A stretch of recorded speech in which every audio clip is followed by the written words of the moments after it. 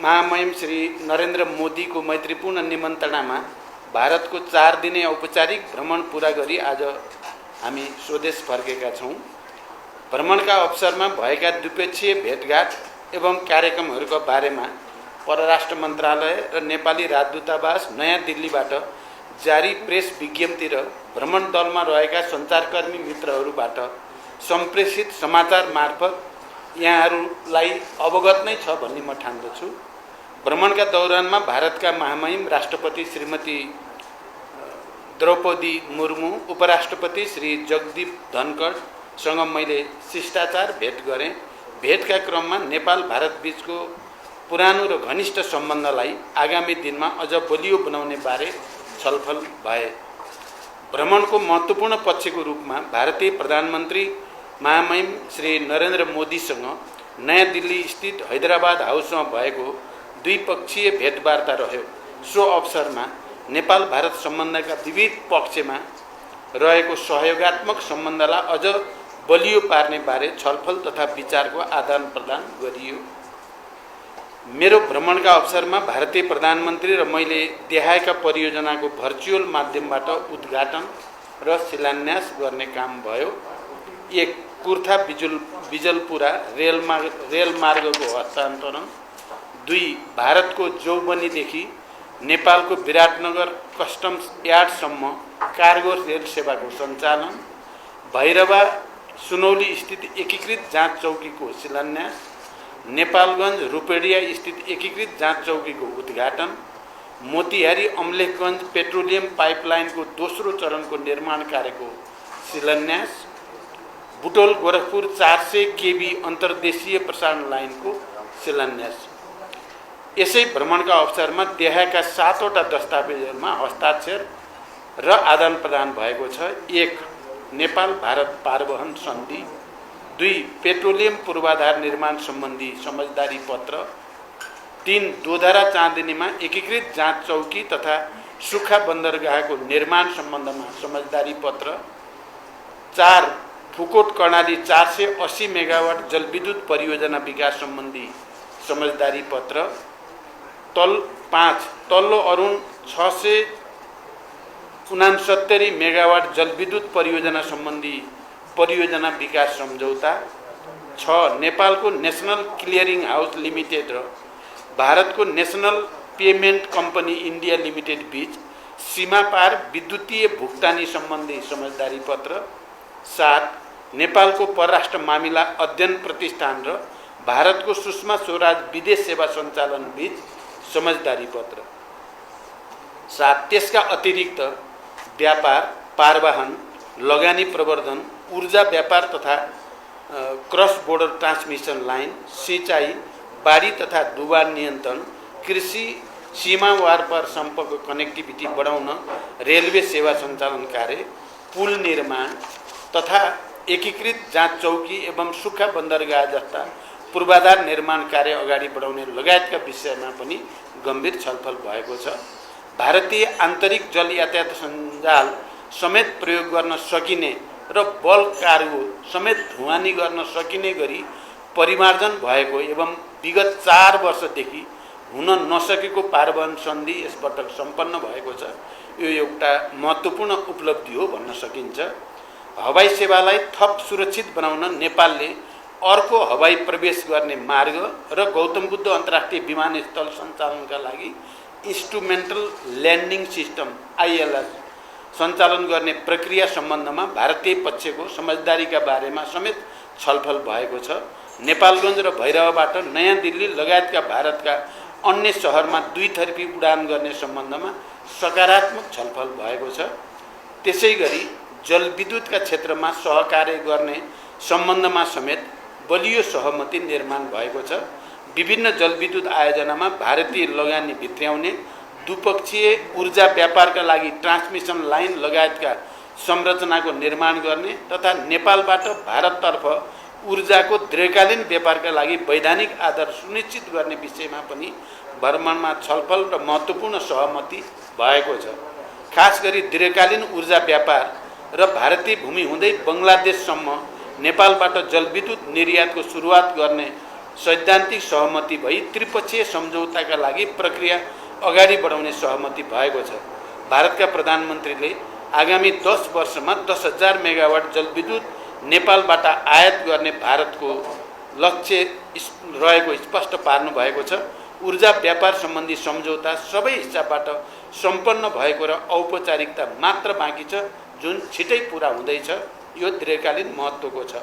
456 megawatt क्षमताको माथिल्लो तामाकोशी जलविद्युत आयोजनासहित थप 1200 मेगावाट क्षमताका आयोजनाबाट भारततर्फ जलविद्युत निर्यातका लागि प्रधानमन्त्री मोदीजीलाई मैले प्रष्ट शब्दमा अनुरोध गरेको छु।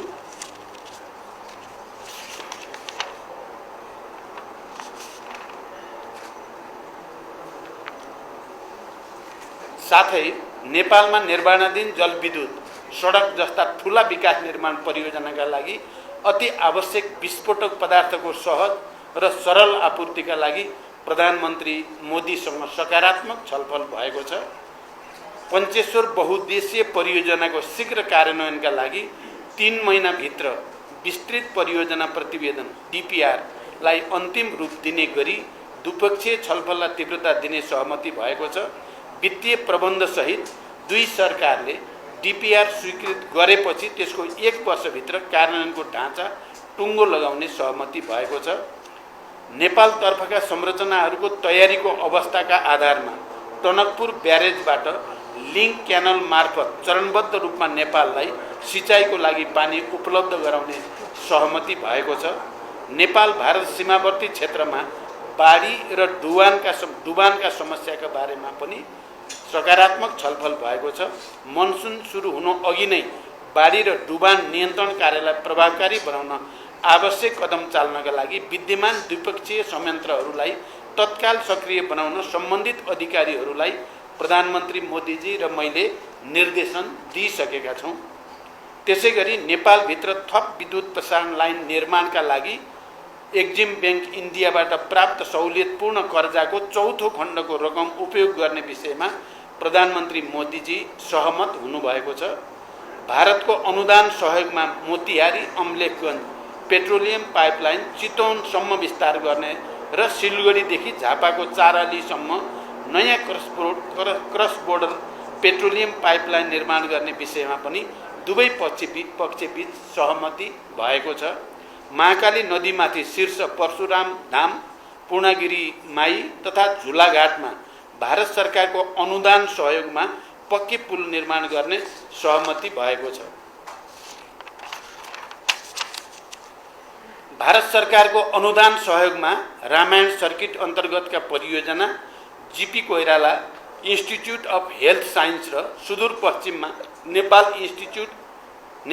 इन्स्टिच्युट अफ टेक्नोलोजी कैलाली र चितवनमा अन्तर्राष्ट्रिय स्तरको क्रिकेट मैदानको निर्माण कार्य अगाडि बढाउने बारे पनि सकारात्मक छलफल भएको छ। साथै कृषि क्षेत्रमा क्षमता अभिवृद्धि गर्ने, अर्ग्यानिक खेती, प्राकृतिक कृषि प्रणाली, नानो फर्टिलाइजर जस्ता विषयमा आपसी सहयोग विस्तार, मलको सहज आपूर्ति, नगदे बाली र चौपायाको नस्ल सुधारका लागि सहायता लगायतका विषयमा समेत छलफल भएको छ। नेपाली र भारतीय कम्पनीको संयुक्त लगानीमा नेपालमा रासायनिक मल कारखानाको सम्भाव्यता एवं बजारको सुनिश्चितताका बारेमा पनि छलफल गरेका छौँ र भारतीय बजारमा नेपालका कृषिजन्य उत्पादन र प्राथमिक वस्तुहरूको निर्यात सहजीकरणका लागि पनि भारतीय प्रधानमन्त्रीसँग यो पटक निकै सकारात्मक कुराकानी भएको छ।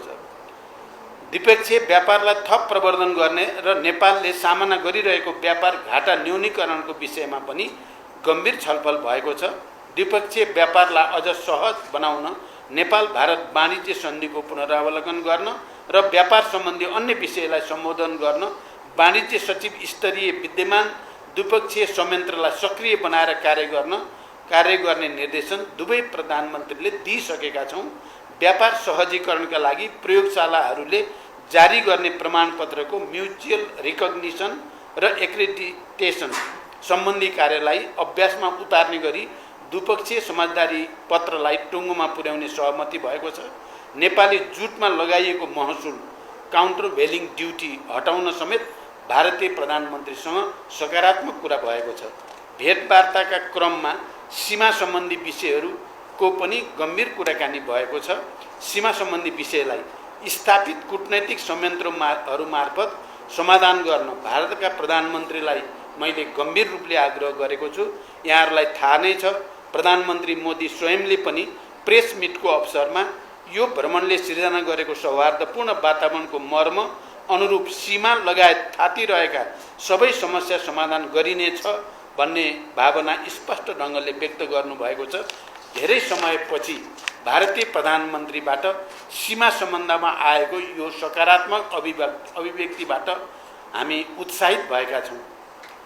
साथै भारत भ्रमणका अवसरमा नेपाल र भारतका निजी क्षेत्रका छाता सङ्गठनहरू, नेपाल उद्योग वाणिज्य महासङ्घ FNCCI र भारतीय उद्योग परिसङ्घ CII द्वारा आयोजित नेपाल इन्डिया बिजनेस समिटलाई सम्बोधन गर्दै भारतीय लगानीकर्तालाई नेपालमा लगानीका लागि आह्वान गरिएको छ। भारत सरकारका वाणिज्य मन्त्री समेत उपस्थित उक्त कार्यक्रममा नेपालका निजी क्षेत्रका प्रतिनिधि तथा भारतीय व्यवसायी तथा लगानीकर्ताहरू बीच साझेदारी र लगानीका विषयमा गम्भीर अन्तर्क्रिया समेत भएको छ।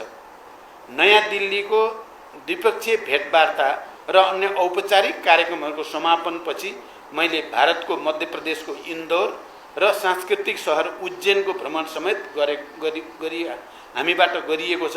इन्दौरमा स्वच्छ भारत अभियान अन्तर्गत सोलिड वेस्ट म्यानेजमेन्ट परियोजना र नेपालमा सूचना प्रविधिको विकासका क्षेत्रमा सहकार्य गर्ने सम्भावनालाई मध्यनजर गर्दै इन्दौर स्थित टाटा कन्सल्टिङ सर्भिसको पनि अवलोकन गरिएको छ। छोटो समयमै कम लगानीमा प्रभावकारी ढङ्गले सञ्चालित इन्दौरको सोलिड वेस्ट म्यानेजमेन्ट सम्बन्धी अनुभव हाम्रा लागि पनि धेरै महत्त्वपूर्ण रहेको हामीले महसुस गरेका छौँ। मैले भारतका प्रधानमन्त्री महामहिम नरेन्द्र मोदीजीलाई नेपाल भ्रमणको निम्ता दिएको छु र भारतका प्रधानमन्त्रीले आफूले सन् 2014, 2018 र 2022मा नेपालको भ्रमण गरेको स्मरण गर्दै नेपालको भ्रमणलाई ठुलो महत्त्व दिएको र उपयुक्त समयमा भ्रमण गर्ने बताउनु भएको छ। नेपाल र भारत बीच रहेको बहुआयामिक सम्बन्धलाई समानता र आपसी लाभका आधारमा थप मजबुत बनाउन यस भ्रमणले योगदान गरेको छ। भारतका प्रधानमन्त्री श्री नरेन्द्र मोदीसँग खुलस्त रूपमा कुराकानी भई विश्वासको वातावरण सिर्जना भएको छ भने थातिरहेका विषयलाई सम्बोधन गर्न सकिने विश्वासको राम्रो आधार तयार भएको छ। नयाँ आम निर्वाचन पश्चातको पहिलो विदेश भ्रमणको रूपमा रहेको यो भारत भ्रमण मैले विगतका भ्रमणभन्दा फरक पाएको छु। सारभूत रूपमा यो भ्रमण परिणाममुखी रहेको छ र भविष्यका लागि स्पष्ट मार्गदर्शन समेत गरेको छ। अन्त्यमा यस औपचारिक भ्रमणको अवधिमा भारत सरकारबाट प्राप्त आतिथ्यता एवं मध्य प्रदेश सरकार र जनताबाट प्राप्त न्यानो स्वागतका लागि भारतका प्रधानमन्त्री, भारत सरकार, मध्य प्रदेशका राज्यपाल, मुख्यमन्त्री एवं भारतीय जनताहरूप्रति हार्दिक धन्यवाद ज्ञापन गर्दछु। यस भ्रमणबारे समाचार सम्प्रेषण गर्नुहुने सबै सञ्चारकर्मी मित्रहरूलाई पनि म विशेष धन्यवाद ज्ञापन गर्दछु। धन्यवाद। प्रधानमन्त्रीज्यू, तपाईले भारत भ्रमण यो नयाँ चिज प्राप्त भयो कि भएन एउटा प्रश्न र अर्को प्रश्न, नेपाल र बङ्गलादेश जोड्ने बाटोको लागि नेपालको भूमि लिपुले, कालापानी, लिपियाधुरा त्यो साट्ने भन्ने विषयमा यो भ्रमणमा छलफल भयो कि भएन? प्रधानमन्त्री भारतीय प्रधानमन्त्री मोदीले यो विषयलाई कसरी लिनुभयो?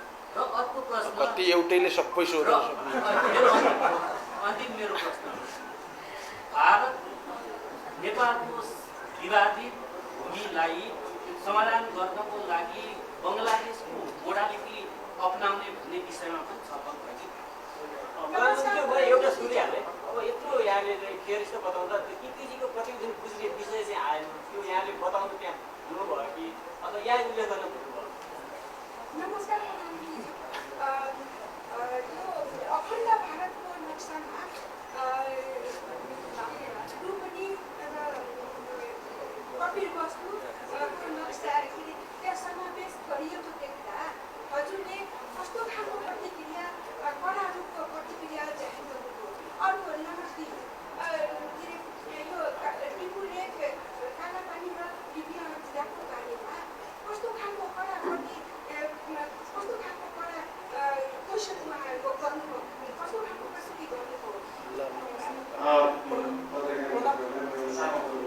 परिचय पनि यहाँले दिनु होला र संक्षिप्तमा राखिदिनु होला। प्रधानमन्त्रीज्यू नमस्कार, म भूपेन्द्र भण्डारी, स्पेस पोकेट टेलिभिजनको पनि तयारी होला। चीन र भारत दुवै देशसँग सहकार्य गरेर अगाडि जाने विषयहरू छन् कि अथवा दुई देशलाई सँगै लिएर अहिले एकैचोटि काम गर्न सक्ने अवस्था नरहने कि के छ यो विषय? धन्यवाद। प्रधानमन्त्री नमस्कार, म सुमन नेपालबाट मेरो नाम दिवस भण्डारी। मूलभूत रूपमा अब प्रधानमन्त्रीज्यू आध्यात्मिक धार्मिक चिन्तन भएपछि हामी पाउँथ्यौँ, तर यसपटक 108 किलो राज्य यो पहिलेदेखि लुकाएर राख्नु भएको थियो कि आध्यात्मिक चेतना चाहिँ अहिले प्रस्तुत गर्नुभयो कि धन्यवाद। अब सबै प्रश्न आए जस्तो लाग्यो। अब हामी बढीमा 2 3 प्रश्न त्यसको साथै सामान्य ज्यूको धन्यवाद पत्रकार साथीहरू। मूल कुरा तपाईँहरूले राखि नै सक्नु भएको छ। धेरैजसो कुरा त मैले पहिल्यै भनि नै सकेको छु। पहिलो कुरा, यो भ्रमण चाहिँ मैले जे भनेर गएको थिएँ मूलभूत रूपमा मैले सोचेको कुराहरू पुरा भएको छ। केही महत्त्वपूर्ण दूरगामी समझदारी भएका छन्, सहमति भएका छन्। आफैमा त्यो महत्त्वपूर्ण सुरुवात हो। चाहे तपाईँ यो लङ टर्म पावर ट्रेड सम्बन्धी 10,000 मेगावाट 10 वर्षमा भन्ने कुरा हामी नेपालीहरूले सुरुदेखि नै त्यो राख्दै आएको कुरा थियो। यसपटक त्यसमा सहमति बन्यो र प्रधानमन्त्री मोदी आफैले सम्पन्न भएको घोषणा गर्नु, यो सहमति भएको घोषणा गर्नु एउटा महत्त्वपूर्ण छ। अर्को, सीमा सम्बन्धी कुरा हामी सबैको चिन्ता चासोको विषय हो। यो पटक खुलेर मैले प्रधानमन्त्रीजीसँग कुरा गर्दा खुलेर नै यसलाई समाधानको उपाय खोज्नै पर्छ, नत्र नेपाल भारत सम्बन्धलाई सहज बनाउन सकिँदैन भनेपछि उहाँले पनि ल समाधान खोजौँ, हामी तयार छौँ भन्ने एउटा सकारात्मक जवाब मलाई मात्रै दिनु भएन, प्रेस मिटमा तपाईँहरूले पनि सुन्नुभयो। सीमा समस्या लगायतका जे जति छन् थातिरहेका ती सबैको अब समाधान गर्ने प्रतिबद्धता सार्वजनिक रूपले व्यक्त भयो। त्यो आफैमा ठुलो कुरा छ। हामी सबैको चिन्ता र चासो, हामी खालि चाहिँ नकारात्मक र आलोचनात्मक मात्रै त होइन नि, हामी त समस्याको समाधान खोजेका छौँ। समस्या समाधानको दृष्टिकोणले यो धेरै ठुलो कुरा भयो।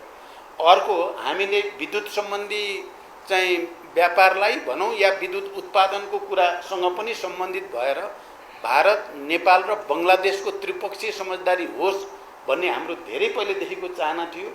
यो पटक त्यसमा सहमति भएको छ। यो पनि दीर्घकालीन महत्त्वकै कुरा हो। र अहिले चाहिँ अन्य अतिरिक्त त धेरै कुरा भयो, तपाईँहरूले सुनिहाल्नुभयो, त्यसको मैले धेरै व्याख्या गर्नु परेन। अहिले हामीले धेरै पहिलेदेखि भन्दै आएको एयर रुटको कुरा, यो सिमरा मात्रै होइन, हामीलाई कम्तीमा 2-3टा एयर रुट चाहिन्छ भन्दै आएको हामीले अहिले लो अल्टिच्युडको नेपालगञ्जको चाहिँ गर्ने र हाई अल्टिच्युडको महेन्द्रनगर या नेपालगञ्जबाट तयारी गर्ने भन्ने समझदारी हुनु आफैमा एउटा चाहिँ सकारात्मक चाहिँ फड्को भनेर यसलाई बुझ्नुपर्ने हुन्छ। त्यसको साथै चाहिँ तपाईँको फर्टिलाइजर कम्पनी जोइन्ट भेन्चरमा स्थापना गर्ने सैद्धान्तिक सहमति र त्यसको निम्ति बजारको सुनिश्चितता गर्ने भन्ने कुरा पनि आफैमा धेरै महत्त्वपूर्ण कुराहरू हुन्। यसरी हेर्दा र मुख्य कुरा के भने विश्वासको जो सङ्कट जस्तो देखिन्थ्यो, यो पटकको भ्रमणले नेतृत्व लेभलमा एउटा राम्रो विश्वासको आधार बन्यो। तपाईँहरूले प्रेस चाहिँ मिटमा तपाईँहरूले प्रधानमन्त्री मोदीजीको मुखबाट पनि सुन्नुभयो, मेरो मुखबाट पनि सुन्नुभयो। अब मोदीजीले त हिमालयको उचाइसम्म पुर्याउनुपर्छ नेपाल भारत सम्बन्धमा भन्ने सम्मको शब्दको त्यहाँ प्रयोग भयो। र अनि उहाँले 2014मा नेपाल भ्रमण गर्दा पार्लियामेन्टमा बोल्दा जुन उत्साहको वातावरण थियो त्यसलाई स्मरण गर्दै त्यसलाई हिट भन्नुभएको थियो उहाँले। हिटको HITको एउटा अर्थ थियो। अहिले अब सुपर हिट गर्नुपर्छ भन्ने कुरा भित्रबाट पनि विश्वासको एउटा नयाँ वातावरण बन्दैछ भन्ने कुरालाई झल्काउँछ।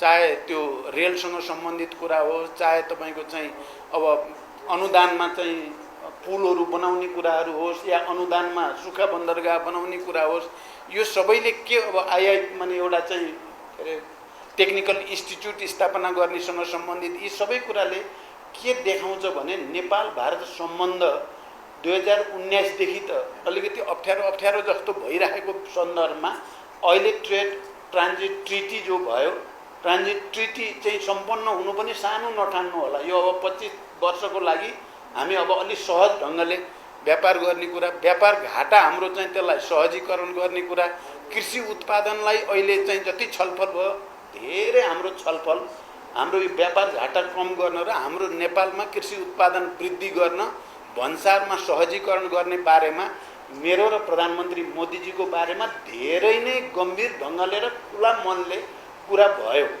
यो सबैले के देखाउँछ भने यो भ्रमण विगतको भन्दा फरक विश्वासको वातावरण मात्रै होइन परिणाममुखी पनि भएको छ।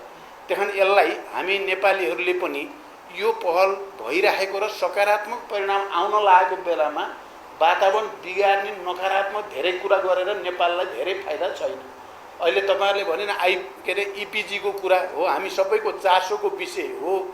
अब मैले आफ्नो ढङ्गले कुरा नगरेको छैन, आफ्नो ढङ्गले कुरा गरेको छु, तर अहिले यो विषयलाई चाहिँ बढी उचालेर अब यो आर्थिक र द्विपक्षीय चाहिँ सहयोगको क्षेत्र विस्तारको जो परिणाममुखी वातावरण बनेको बिगार्नु उचित थिएन। हामीले जुन तरिकाले कुरा गर्नुपर्ने हो त्यो तरिकाले कुरा गरिएको छ। यति भनेपछि पत्रकार साथीहरू तपाईहरु बुझ्नु होला कुरा चाहिँ। त्यसकारण यो भ्रमण फलदायी भएको छ। यसलाई अब हामी सबैले मिलेर चाहिँ जे सहमति समझदारी भएको छ त्यसलाई कार्यान्वयनमा लैजानु छ। कार्यान्वयन लैजान हामीले एउटा राम्रो वातावरण बनाउनु आवश्यक छ। अब मैले यो भन्दा धेरै भन्न परेन, भ्रमण सफल म भन्दैछु। त्यसकारण भ्रमण विगतको भन्दा परिणाममुखी भएको छ, कामकाजी भएको छ। कामकाजी आर्थिक क्रियाकलापमा द्विपक्षीय सहयोगको क्षेत्रमा बढी केन्द्रित भएको छ र त्यसले राम्रो वातावरण बनेको छ। अब रह्यो तपाईहरुले सोध्नुभयो फेरि उज्जैन, अनि उज्जैन गएर मैले चाहिँ पहिलो लाएर नयाँ अवतार होइन, यो मेरो पुरै नै अवतार हो। केही नयाँ ठान्न पर्दैन यसलाई। तपाईहरुले म मुस्लिम कम्युनिटीको कार्यक्रममा गएर मुस्लिम टोपी लाएर मुस्लिम भएको देख्नु भएको छ छैन? देख्नु भएको छ नि तपाईहरुले? म धेरैचोटि गएको छु नि मद्रसाहरूमा मुस्लिमको चाहिँ उसमा के क्रिस्चियनको गिर्जाघरमा गएर मैले चाहिँ मन्त्र उनीहरूको हुन्छ नि त्यो जप्दाखेरि म बसेर चाहिँ गरेको कति फोटा तपाईहरुसँग छन् कि छैन? म बुद्धिस्टहरूको चाहिँ अब लुम्बिनीमा गएर बुद्धिस्टहरूको चाहिँ उसमा त्यतिकै सहभागी भएका फोटाहरू या कार्यक्रमहरू तपाईहरुले हेर्नु भएको छ कि छैन? अनि हिन्दूकोमा चाहिँ जान नहुने अरूकोमा जान हुने हुन्छ र? म वास्तवमा मनैले धर्मनिरपेक्षतावादी हो। धर्मनिरपेक्ष भनेको धर्म विरोधी भन्ने होइन नि। सबै धर्मलाई समान व्यवहार गर्ने र राज्यले कुनैलाई काखा पाखा नगरोस् भन्ने हो। आफू धर्मनिरपेक्षतावादी भएको नाताले मैले हिन्दू, मुस्लिम, बुद्धिस्ट, क्रिस्चियन सबै धर्मावलम्बीहरूप्रति समान व्यवहार गर्नुपर्छ।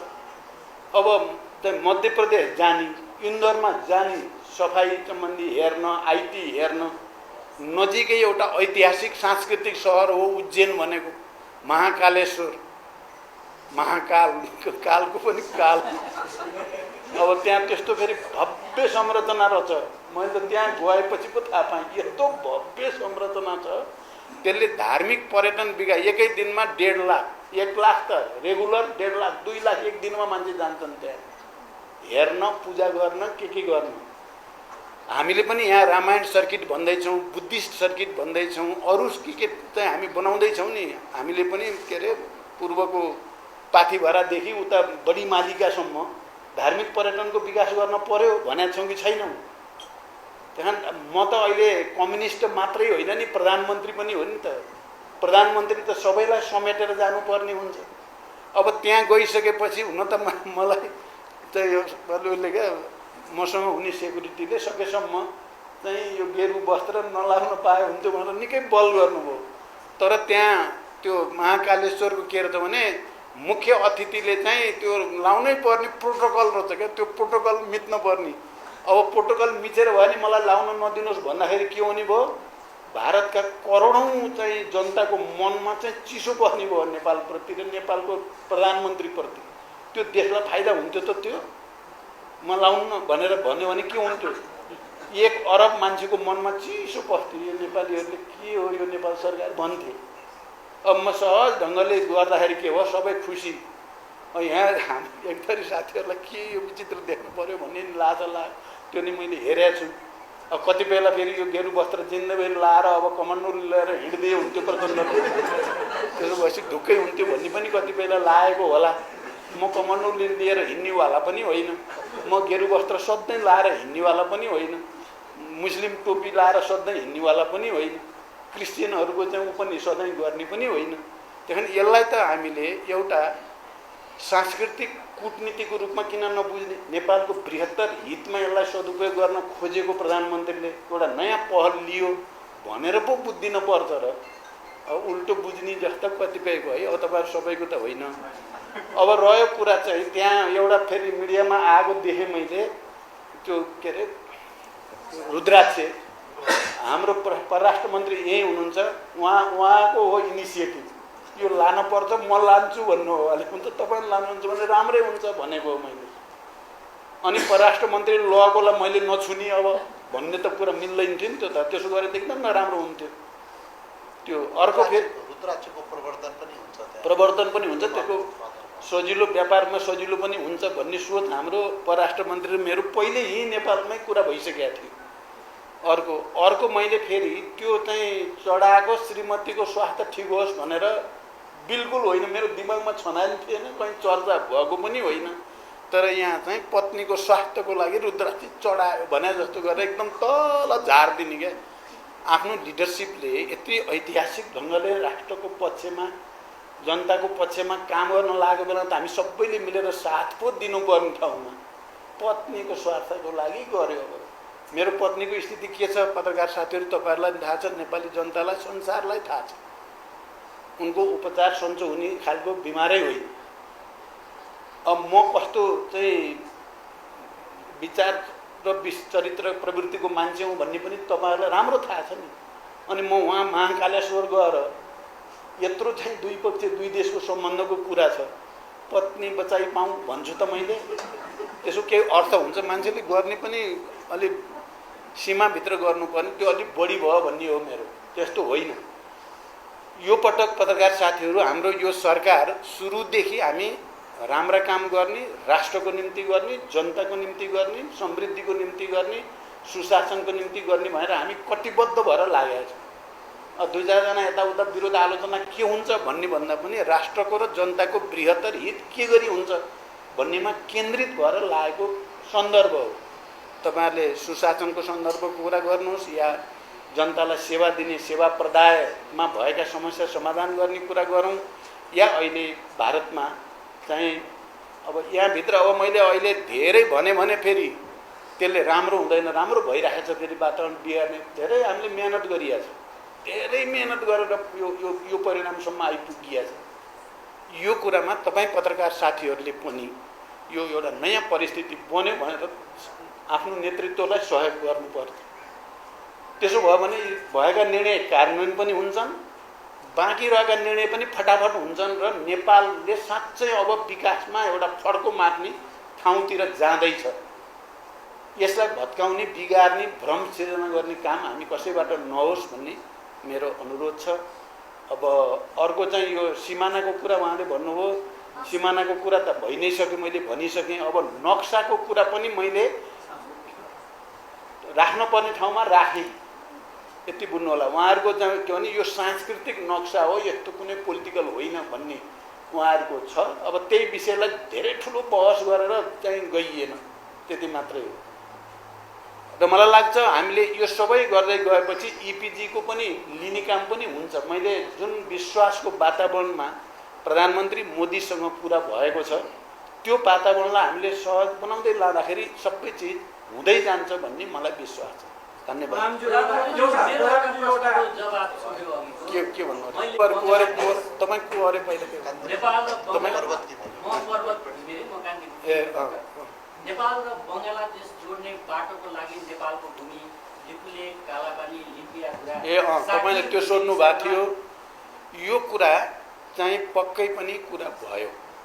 विभिन्न विकल्पहरूको बारेमा किन नसोच्ने भन्ने कुरा भएको छ र त्यहाँ प्रधानमन्त्री मोदीसँग मात्रै होइन, हामी टिमै बसेको बेलामा पनि विकल्प बङ्गलादेश मोडेलको कुरा, बङ्गलादेशको लामो समयदेखि रहेको समस्या समाधान गर्न भारत बङ्गलादेशले जो सफलता प्राप्त गरे त्यो अनुभव हाम्रो लागि पनि हुनसक्छ भन्ने एउटा माने चर्चा त्यतापट्टि, त्यो नि एउटा विकल्प हो। अहिले त्यसमा कुनै निष्कर्ष होइन, त्यो पनि एउटा विकल्प हो भन्ने कुरा भयो। अर्को तपाईँले भने जस्तै चाहिँ हामीलाई बङ्गलादेश जाने बाटो दिने कुरा पनि एउटा विकल्प। नेपालका विज्ञहरूले भनि पनि राख्नु भएको छ, हामीलाई बङ्गलादेश जाने बाटो त्यही जमिन बराबर दिने हो भने त सजिलै हल हुन्छ भन्ने चाहिँ नेपाली विज्ञहरूको लगातारको भनाइ छ। त्यो पनि एउटा विकल्प हो। अब एउटा विकल्प त हामीले जो तथ्याङ्क ऐतिहासिक तथ्यको आधारमा हाम्रो भूमि भनेर हामीले चाहिँ दाबी गरिरहेका छौँ, दाबी मात्रै होइन त्यो हाम्रो भूमि नै हो, त्यो भूमि सर्लक फिर्ता गरे सबभन्दा राम्रो। अथवा त्यो चाहिँ यदि स्ट्रेटेजिकल्ली चाहिँ केही संवेदनशीलता हो भने अरू विकल्पहरू पनि हुन सक्छन् भन्ने बारेमा छलफल भएकै कारणले मैले बुझेसम्म मोदीजी चाहिँ अलिक उत्साहितै भएर ल सिमानाको समस्या नै हल गर्ने भनेर मैले भन्दा पहिला बोल्नु भयो।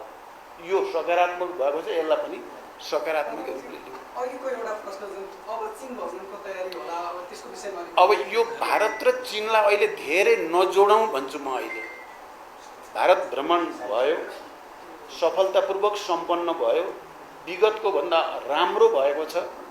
अब चीनको फेरि अलगै प्रसङ्ग हुन्छ। चीनको अहिले भ्रमणको कुनै मिति टुङ्गो केही नै लागेको छैन। बुवा फोरममा उहाँहरूले बोलाउनु भएको थियो, पछि फेरि चिनिया दूतावासबाट नै यहाँ राष्ट्रपतिको चुनाव, उपराष्ट्रपतिको चुनाव, अरू यहाँको चाहिँ अरू तयारीको चटारो देखेपछि उहाँहरूले नै खोइ बुवामा त जान सम्भव होला जस्तो देखिएन भनेपछि ठिकै छ पछि गरौँला भन्ने भएको हो। अहिले कुनै तोकिएको स्थिति छैन। ल धन्यवाद।